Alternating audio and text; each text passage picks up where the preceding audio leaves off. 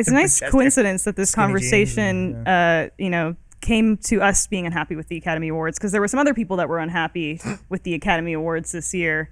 Bernie, I don't know if you know this about me, but I'm a big fan of like old radio plays. Yo, great. And if you'll pass this to Bruce, and Adam, that's yours. We've done some before here on. I also love audiobooks. We've done some before on.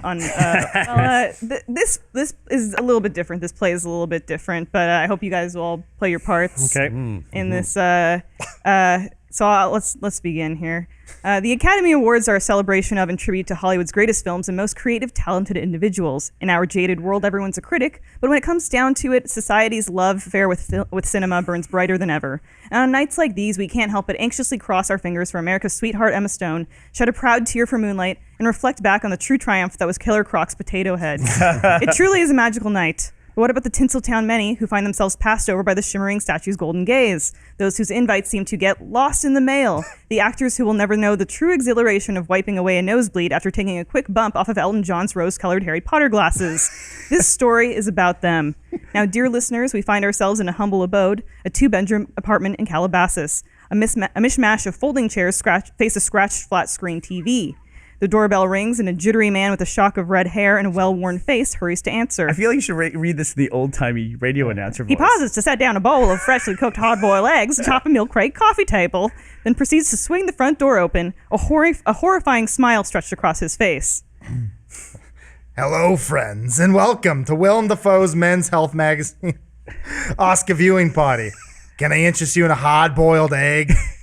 A motley crew enters. The first, a tall, cheerful-looking man, dumps a pile of Kids' Choice Awards on a nearby milk crate. It's Eddie Murphy. Why does he talk this way?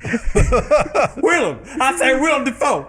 This is some nice pad you got here. Don't suppose you'd be up for trading places? I already have 4 roommates, but the more the merrier. Behind Eddie, a tall, muscular man with a lush head of brown hair steps into the room. He looks like he could wrestle a gator with one hand and box a roo with the other. Nice to see you again, mate. Hey, Jackman loves a good party, eh? Now, you happen to have a futon and air mattress I can drop my coat on? He flexes and his cool leather jacket tightens up around his bulging Australian muscles. Oh, I handed that for you, Hugh Jackman. Oh, thanks, mate. Good on you. Eddie Murphy takes the coat from Hugh Jackman and immediately puts it on himself. He admires the brushed leather and clean stitching. This is a fine new coat for Eddie Murphy. Eddie Murphy thinks to himself. Yeah, this is a nice coat. Beneath his coat, Hugh Jackman is wearing a full set of tails. Hugh, you look outstanding. Please, have a seat. There are some chairs over here, or a pile of old magazines, if you'd be more comfortable. The show's about to begin, and Sophia should be here any minute. Oi, sorry to say, mate. I don't think Sophia's coming. He points at the television. There, walking the red carpet at the Academy Awards, is Sofia Vergara, dressed in a curve-hugging red number. She's stopped for an interview. Her sultry Spanish accent floats through the TV speakers, or at least the one side that works. Ay, Dios mío, qué especial noche. I am so honored to be here at the Oscars with all my famous friends. Willem Dafoe's smile fades. His hand clenches, crushing a hard-boiled egg within it. That bitch. Funny to see Sophia at the Oscars. You'd think she'd be more comfortable at the Golden Globes, you know what I'm saying? Eddie Murphy extends his arms out from his chest, making round circular motions, implying the presence of obscene, almost comically large breasts. No need to be glum chums. It's a special night. Who needs the Academy Awards when you got an actual nominee here with you tonight? What are you talking about? Me, Hugh Jackman. Because I played the werewolf from the comics. And it was real sad, and there was a little girl, and they're going to give me an award tonight, yeah? Do you think you're nominated for the movie Logan? It isn't even out yet. You can't possibly be even nominated. Eddie Murphy would know. Dreamgirls, dreamgirls. But I got the suit, and I told everyone I won. Hugh Jackman slumps in his folding chair sulkily. Suddenly, the doorbell rings. Willem Dafoe is puzzled as to who could be here at this hour, or any hour for that matter, but walks over anyway and peers through the peephole. Knock, knock, knock, knock. Oh, geez, it's my neighbor. He works in TV. Willem Dafoe rolls his eyes and forces a smile and opens the door. A haggard-looking man in a sheriff's uniform stands distraught in the doorway. Where's Carl? Where's my son? Everyone, this is Rick. Good to see you, Harvey. Weinstein. Harvey Firestone. Where's Carl? Probably out with his friends or studying at the library. Rick, you know, the usual. Rick has a moment of realization. He Right. nods slowly.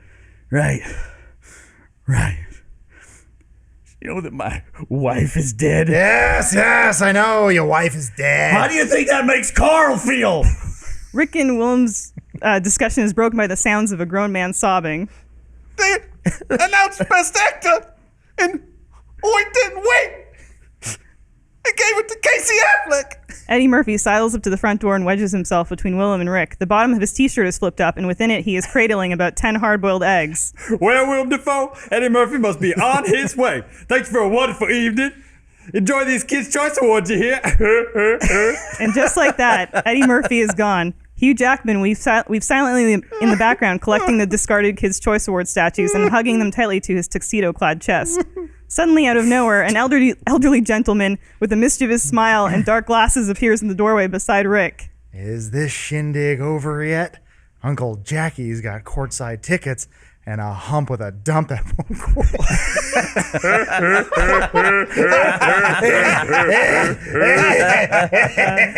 And with that, dear listeners, we close our story. The Academy Awards may have ended weeks ago, and the rightful have been rewarded. Rotten Tomatoes scores be damned. Not all dreamers may be artists, but all artists are most definitely dreamers. Someday, Hugh Jackman will get his Academy Award.